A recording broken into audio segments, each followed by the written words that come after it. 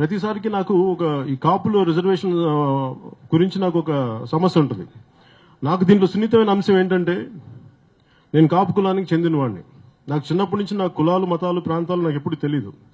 కాకపోతే రాజకీయాలకు వచ్చాక, ఇది నేను సినిమాల్లో ఉంటే నాకు కులాలతో అవసరం లేదు, కానీ రాజకీయాల్లోకి వచ్చి ఖచ్చితంగా కులం తాలూకు కులం మీద ఒక అవగాహన కావాలి. అది నాకు ముందు నుంచి ఉంది, కానీ కాకపోతే నాకు అంత అవసరం లేకపోతే ఇప్పుడు దాన్ని నేను మాట్లాడలేదు, నేను దాన్ని పాటించలేదు. కాకపోతే ఇప్పుడు ఈ సున్నితమైన ఒక పొలిటికల్ పార్టీగా దీన్ని వచ్చాక దీని గురించి మాట్లాడాల్సిన అవసరం అయితే ఉంది. నా ఉద్దేశం ఈ కాపుల రిజర్వేషన్కి ఏంటంటే, ఇది డిమాండ్ కొన్ని దశాబ్దాలుగా ఉన్నప్పుడు దాన్ని నిరంతరంగా ఎక్కడా కూడా బ్రేక్ లేకుండా అది ఎక్కడంటే ఏదైనా ఒక సమస్య ఉన్నప్పుడు దాన్ని ఎక్కడ బ్రేక్స్ లేకుండా మధ్యలో కొన్ని రోజులు ఆపేసి ఇలా కాకుండా నిరంతరంగా చేస్తుండాల్సింది. మధ్యలో అది ఎందుకు బ్రేక్ వచ్చింది కాంగ్రెస్ గవర్నమెంట్ ఉన్నప్పుడు అన్నది నాకు ఒక ఆలోచన ఉంది. అలాగే తెలుగుదేశం పార్టీలో ఆ రోజు మేనిఫెస్టోలో పెట్టినప్పుడు అప్పుడు ఎవరు అభ్యంతరాలు చెప్పలేదు, అండ్ ఇంక్లూడింగ్ నేను అనేది బీసీసీఎల్ ఆర్ కృష్ణయ్య గారు కూడా వారికి నేను క్యాన్వాసింగ్ చేశాను హైదరాబాద్లో. మరి ఎమ్మెల్యే కూడా గెలుపొందారు.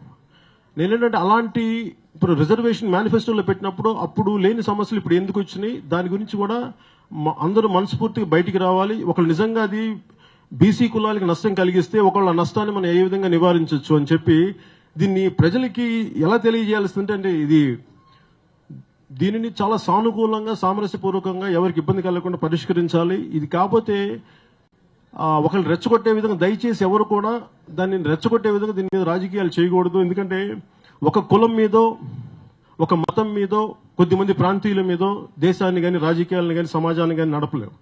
దయచేసి దాన్ని అందరూ అర్థం చేసుకొని ఒకవేళ ఏమైనా కష్ట నష్టాలు ఉంటే లోటుపాట్లు ఉంటే దాన్ని సవరించుకొని కమిషన్కి మనస్ఫూర్తిగా చెప్పవలసిందిగా నేను కోరుకుంటున్నాను.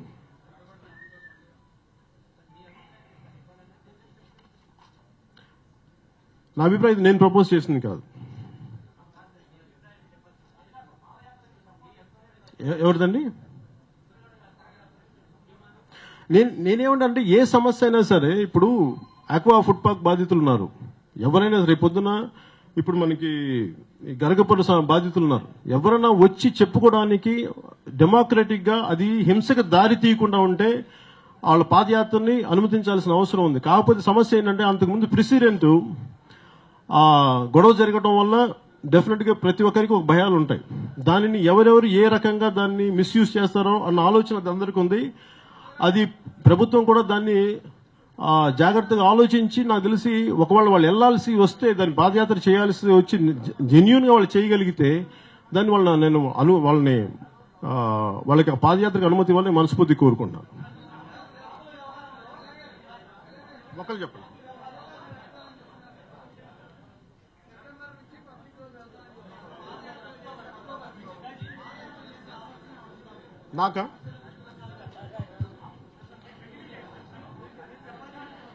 నాకు పాదయాత్రలు చేస్తానా లేదంటే ప్రజల్లోకి వెళ్ళాల్తానా, నాకేమవుద్దంటే నాకు పాదయాత్ర చేయడానికి నేను చాలా సంవత్సరాల నుంచి సిద్ధంగా ఉన్నాను.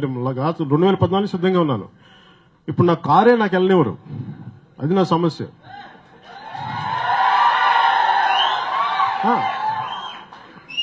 అంటే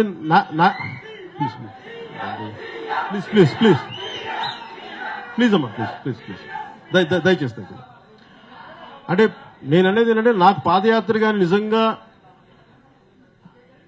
నన్ను అభిమానించే ప్రతి ఒక్కరు కానీ, జనసేన అభిమానించే ప్రతి ఒక్కరు కానీ సహకరించగలిగితే నేను ఖచ్చితంగా పాదయాత్ర చేస్తాను. అది నేనేంటంటే ప్రజల్లోకి వెళ్ళడానికి నేను అది రకరకాల దారులు, ఒకటి పాదయాత్ర కావచ్చు, ఒకటి ప్రజల్లోకి వెళ్ళి రోడ్ షోలు కావచ్చు, లేదంటే మీటింగ్స్ కావచ్చు, లేదంటే 1-on-1 మీటింగ్స్ కావచ్చు, మేధావులతో ఆ ప్రాంతాలతో ఉన్న మేధావులతో మీటింగ్ కావచ్చు, ఆ రోజు మీ సమస్యల మీద మీటింగ్ కావచ్చు, రకరకాల మీద నేను విధానాలతో నేను ప్రజల మధ్యలోకి వెళ్తాను.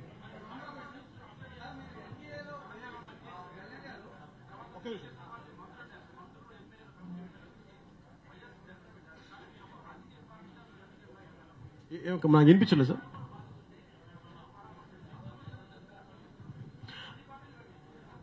అంటే నేను మిగతా వాళ్ళు వెళ్ళడానికి నేను వెళ్ళడానికి చాలా